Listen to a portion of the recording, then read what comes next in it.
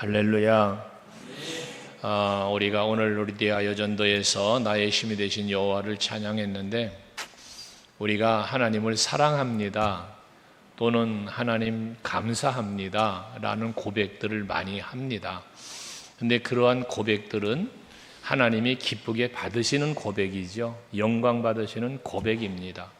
우리가 찬송을 드리는 것뿐만 아니라 모든 예배가 그렇습니다. 여러분, 우리가 기도를 해도, 하나님 앞에 기도를 할 때도 하나님이 기쁘게 받으시는 기도가 있고요, 또 기쁘게 받지 않으니까 응답되지 않는 기도도 있잖아요.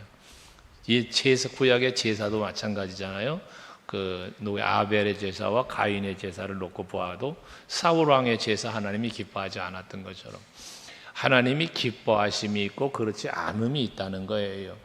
오늘 예배하는 여러분, 이 밤의 예배가 하나님이 보실 때에 기뻐하심의 예배, 여러분이 드리는 시간과 몸과 마음과 모든 것들이 하나님이 기쁘시게 연락하실 만한 그러한 예배가 되기를 원합니다. 오늘 말씀 가운데 보면 여호와께 드리는 예물에 대한 이야기를 하고 있는데, 거기에 반복해서 말씀하는 것이 뭐냐면 여호와 하나님 앞에 향기롭게 할지니라는 말씀이 반복되어서 나옵니다. 하나님 앞에 여호와께 향기롭게 드린다라는 표현을 많이 해요. 계속해요. 그러니까 우리가 하나님 앞에 예배를 드려도, 기도를 드려도, 제물을 드려도, 무엇을 하든지 하나님이 여기 향기롭게 드린다는 것은 하나님이 받으시기에 합당함으로 드리는 걸 말씀하는 거 아니겠어요? 그것처럼 우리는 항상 하나님이 받으시기에 합당한 예배, 그게 향기롭다는 표현을 그렇게 한 거니까 우리는 모두가 그런 마음, 그런 자세, 그러한 우리들의 중심을, 신앙을, 고백을 드리는 우리들이 되어야 할 것입니다. 그렇다면 하나님 앞에 향기로운 예배, 예물, 제사는 과연 어떤 것일까라는 거예요. 어떻게 하나님 앞에 드리는 것이 하나님이 받으시기에 향기롭고 하나님이 받으시기에 합당한 것이 되냐는 것이죠. 이 향기롭다는 건 합당한 것에 해당되니까 그것을 우리가 오늘 말씀 속에서 한번 살펴볼 건데, 가장 핵심은 하나님이 기쁘시게 받으시는 향기로운 드림은 뭐니 해도 감사지요. 감사. 여러분, 우리가 하나님 앞에 감사의 제사를 드리고 감사의 예물을 드리고 감사의 마음을 드릴 때 그 감사하는 마음을 하나님이 기뻐하시는 거예요. 그래서 시편 50편에 고백 속에서 그런 고백이 나오잖아요. 감사로 제사를 드리는 자가 하나님을 영화롭게 하나니, 그래요. 그러니까 여러분들 하나님 앞에 감사의 마음으로 예배하고 감사의 마음으로 또 삶을 살아가고, 이게 하나님이 기쁘게 받으시는, 하나님을 기쁘게 하시는 거다는 거예요. 항상 감사하는 마음으로 살아가는 여러분들이 될 수 있기를 바랍니다. 근데 감사를 하려면, 감사하기 위해서는 내가 받은 은혜를 기억해야 돼요. 우리 베델로 올라가자 창세기 35장에서 그 야곱에게 베델로 올라가라는 하나님의 말씀이 있었잖아요.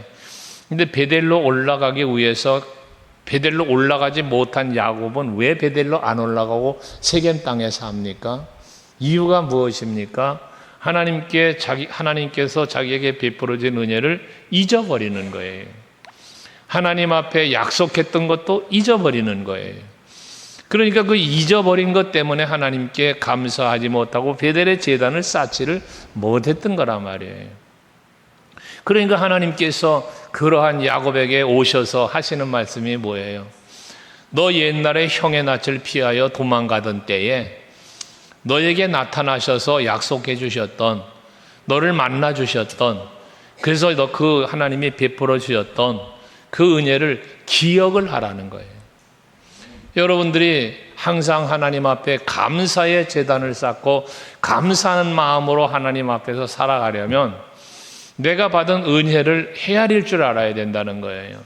그걸 헤아리지 못하면 감사하지를 못하고 원망과 불평 속에 빠져 살고, 감사가 없으니 만족이 없고, 만족이 없으니 욕심으로 자꾸 빠져가는 거예요. 에덴 동산에 아담과 하와가 선악과를 왜 먹습니까? 선악과 외에 주신 어마어마한 하나님의 은혜와 복을 은혜로 복으로 받아들이질 않기 때문에 그런 거거든요. 그러니까 감사는커녕 하나님과 같아진다고 하니까 그만 교만에 빠져 욕심에 빠져 선악과를 먹는 거잖아요. 우리가 오늘을 살면서 하나님께 받은 은혜를 감사하지 못하면 아담과 하와와 다를 것이 무엇이 있겠습니까? 내가 하나님께 받은 은혜를 기억하지 못하면 하나님 앞에 우리는 감사하지 못하니 믿지 않는 자들과 다를 바가 뭐가 있습니까? 우리는 예수 그리스도의 십자가의 은혜를 받은 성도잖아요. 그 십자가의 사랑을 받은 성도잖아요. 하나님에게 자녀가 된 거잖아요, 우리가. 그럼 이 사실 하나만 놓고도 우리는 평생 감사하며 살아야 돼요. 평생. 그런데 이러한 사실들을, 이 엄청난 은혜를 우리가 은혜로 생각하지를 않는 거예요. 그저 돈이나 생기면 좋고, 세상적으로 뭔가 편안하고 즐거운 쾌락이 내 앞에 펼쳐지면 그게 좋고 그게 행복이고, 그런 것들이 좀 멈춰지고 그런 것이 좀 사라지면 대부분 불평 나오고. 여러분, 여러분들에게 질문하면 아마 뻔한 답이 나올걸요. 여러분, 하나님께로부터 받은 은혜 중에 가장 큰 게 뭐예요? 여러분, 하나님께 받은 사랑 중에 가장 값진 게 뭐예요? 라고 물어보면 당연히 구원이라고 그러죠. 그래서 십자가 은혜와 사랑이라고 대답들 다 한단 말이에요. 그게 가장 큰 은혜고 가장 큰 복이라고. 그 찬양의 멀고 험한 이 세상길인가? 그 가사 중에도 제가 간혹 말씀드리는 찬양 가사잖아요. 구원함을 얻은 기쁨 세상에서 몇 번째라고요? 제일이라고 해요. 근데 이와 같은 우리의 고백이 있는데 정작 그 제일 되는 은혜, 제일 되는 복 받은 것에 대해서 얼마나 감사하며 얼마나 감격하며 그에 합당하게 살려고 우리는 몸부림을 치고 있느냐는 거예요. 전혀 구원과 전혀 십자가의 사랑과 전혀 천국에 대한 기대감 같은 거는 없고, 그저 세상적인 것만 쳐다보며 살고 있는 그런 모습들. 그러니까 뭐에 감사의 제사를 하나님 앞에 드리지 못하니, 향기로운 제사를 드리지 못하고, 간혹 얘기하지만 기도를 해도 내 육체적으로 필요한 간구만이 입술에 쏟아져 나오지, 하나님의 나라를 준비하는 기도, 하나님과 소통하기 위한 그러한 성령의 감동하는 기도는 약한 것이 우리들의 부르짖음 속에도 있지 않냐는 거죠. 이걸 바뀌어져야 되겠다는 것입니다. 이런 변화가 일어나야 된다는 거예요. 그래야 우리는 하나님 앞에 향기로운 제사를 드릴 수 있게 되어진다는 겁니다. 다시 말씀드립니다. 감사하며 사세요. 그러려면 은혜로 알아야 되는데, 그러기 위해서는 은혜의 체험이 있어야 된다는 이야기도 늘 했고요. 내가 여러분이 체험한 은혜가 있잖아. 체험한 은혜. 이것들을 잊지 말자는 거예요. 그리고 또 하나님 앞에 향기로운 제사는 이렇게 은혜를 기억하며 감사로 드리는 제사인 것처럼, 또 다른 하나는 그 감사의 마음이 쌓이고 쌓이니까 어떻게 준비하느냐? 정성을 다해. 여러분, 다윗이 하나님 앞에 예물을 드릴 때 세 가지 마음을 이야기하죠. 역대상에서 하나님 앞에 다윗이 예물을 드릴 때 어떤 마음으로 예물을 드리는가? 거기에 보면 정성스러운 마음이다.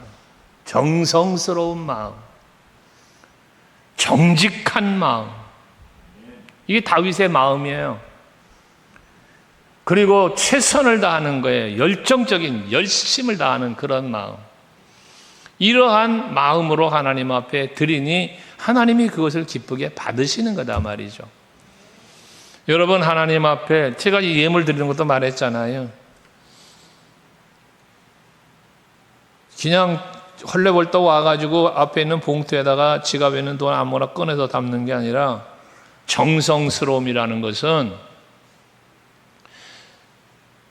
신권, 가급적이면 새거. 그 예물 준비하는 거예요. 여러분, 문막 장로교회 장승진 목사님 우리 집회 다녀가서 알잖아요. 제가 그 교회 집회 갔을 때 그 교회 가서 들은 이야기예요. 그 문막에 있는 농협은행이 있는데 토요일만, 그 당시 토요일도 은행을 업무 볼 때 토요일만 되면 신권을 바꾸러 오는 사람들이 그렇게 많았다잖아요. 그게 전부 문막 장로교회 성도들이었다는 거예요. 그러면 주일날 되면 전부 신권 예물이 들어온대요. 그럼 또 이걸 전부 농협에 예금하잖아요. 그럼 또 다시 신권이 농협으로 들어가고, 토요일 되면 또 신권이 다 가고. 그게 정성 어린 마음의 모습이에요. 얘기했죠, 저희 어머니. 시골에서 살다 보면 새 돈이 있나요? 그 당시에 뭐 은행도 없고. 다리미를 펼쳐서 돈을 다리는 모습을 어린 시절에 봤어요. 하나님 앞에 정성스럽게 드리는 그 마음가짐이죠. 마음가짐. 여러분들, 우리 마음이 정성이, 우상 섬기는 사람들요. 우상 섬기는 사람들. 그 냉수 한 그릇 떠놓고 비나이다 하는 그 사람들요. 그 정성을 한번 생각해 보세요.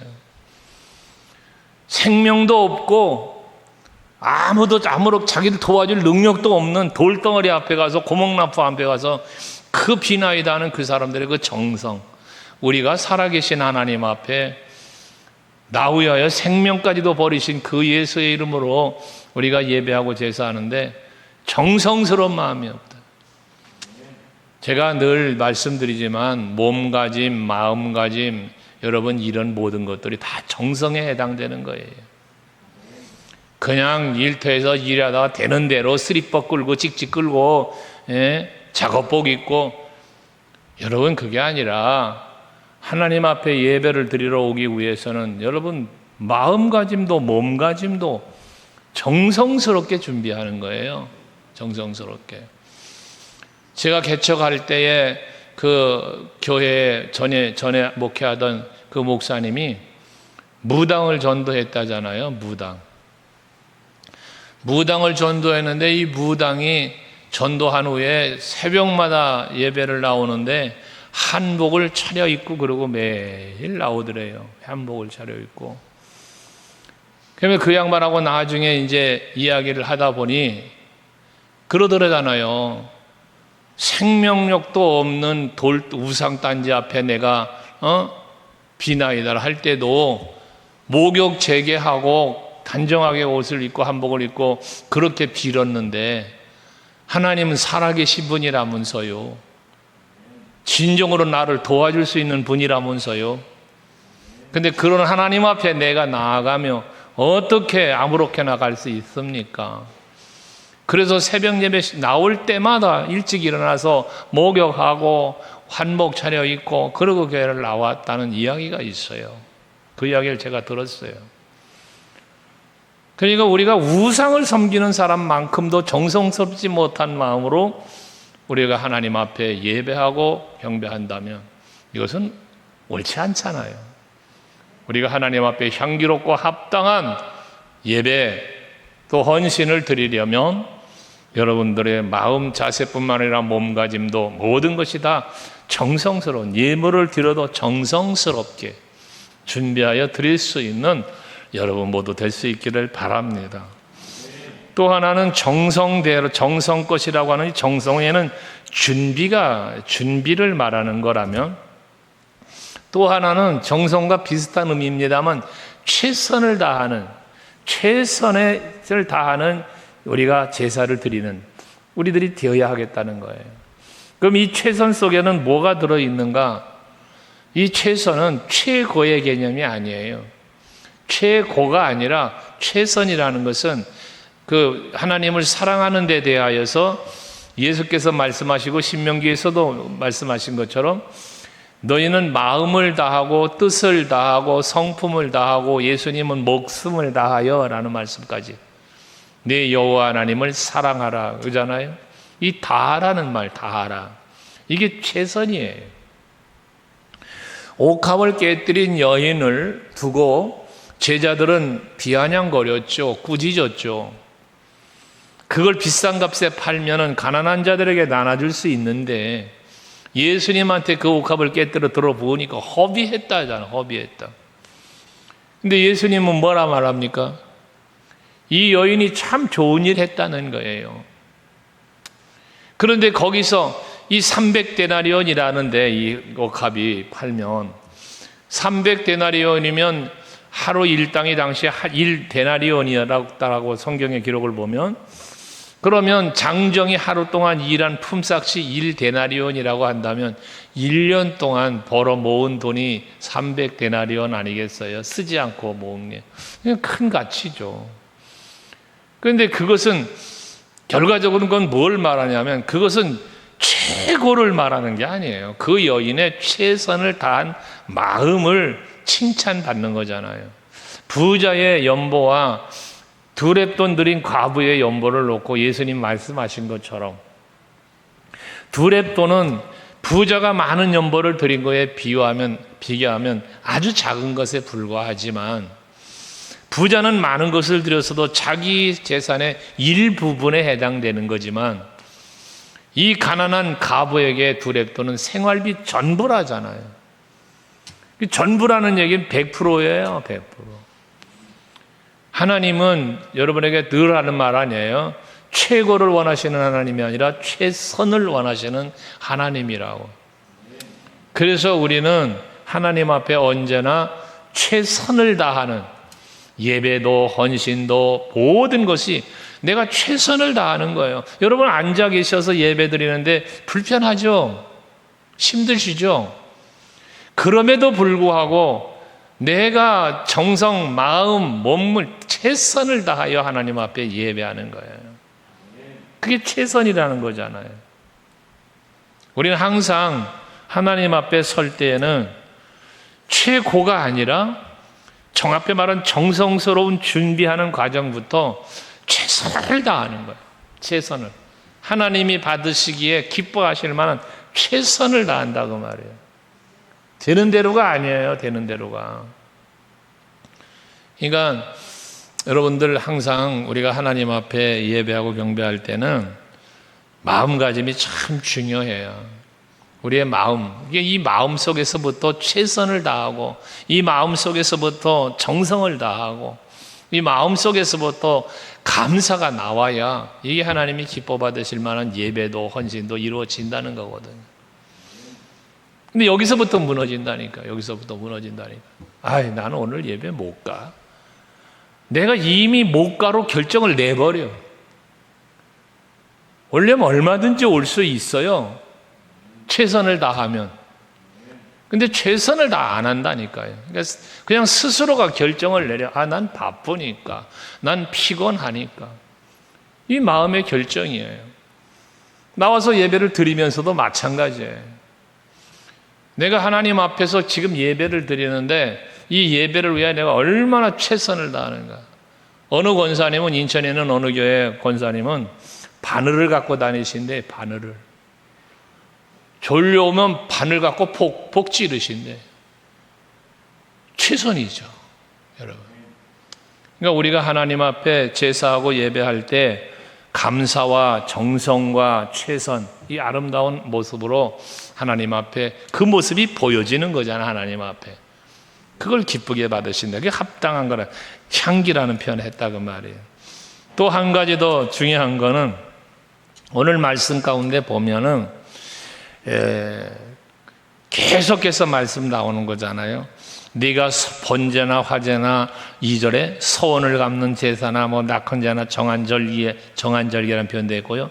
그렇게 드릴 때에 계속 어떻게 드려야 된다라고 하는 이 말씀을 계속 주시는 거 아니에요. 어떤 제물을 어떻게 준비하고 거기에는 또 기름 오늘 얼마를 섞고 이런 계속 뭐가 룰이라고 법이 있잖아. 법. 제사를 드리는 법이 있어. 법이. 그러니까 이거에 맞추어서 하나님 앞에 드리는 제사여야 된다는 거예요. 하나님의 명령대로. 그러니까 사울 왕의 제사가 잘못된 게 무엇 때문이냐? 하나님의 명하신 명령대로 한 게 아니기 때문에 사울 왕은 책망을 받고 버림을 받은 거란 말이에요. 우리는 하나님의 명하신 대로 제사를 해야 된다. 하나님의 명하신 대로, 하나님의 법대로 우리는 예배하고 하나님의 법대로 우리는 헌신하고 기도도 해야 된다는 것이죠. 이것을 하나님 앞에 향기로운 제사요, 향기로운 예물이 된다는 거예요. 오늘 예배하시는 여러분, 정말 하나님 앞에서 우리가 어떻게 예배를 하고 어떻게 헌신을 해야 될 것인가를 가만히 여러분들 그냥 와서 예배드리지 말고 예배가 있는 날, 예배가 정해진 시간을 나오실 때는 미리 내 마음을 잘 다스리고 그리고 예배할 수 있는 여러분들이 되자는 거예요. 그래서 지난 수요 예배 때인가요? 주일날인가 말씀드렸죠. 예배 시간 전에 나와서 예배를 준비하는 마음으로 기도하고 찬양하고 그러면서 하나님 앞에 예배를 드릴 때 그게 바로 준비된 마음의 예배가 되는 거고 그게 향기로운 예배가 되는 거잖아요. 그래서 13절에 보시면요, 누구든지 본토 소생이 여호와께 향기로운 화제를 드릴 때는 이 법대로 할지며라고 그러잖아요. 이 법대로. 이 법은 무슨 법이에요? 앞에서 1절부터 10절까지 쭉 나열되어 있는 제사를 드릴 땐, 어떤 제물을 드릴 땐 이렇게 드려야 된다라는 이 법을 지키고 하나님 앞에 제사를 드려야 된다는 걸 말하고 있는 거예요. 오늘도 마찬가지예요. 우리가 주일을 지키고 수요 예배, 금요철야, 새벽 예배, 이거 하나님 앞에 우리가 정하여진 하나님과의 관계 속에서의 약속이잖아요. 이거 법이에요. 그러니까 이러한 것들을 지키며 우리가 예배하는 것, 이걸 하나님이 기뻐하신다는 겁니다. 심심해서 교회에 오는 게 아니에요. 할 일 없어 오는 게 아니고요.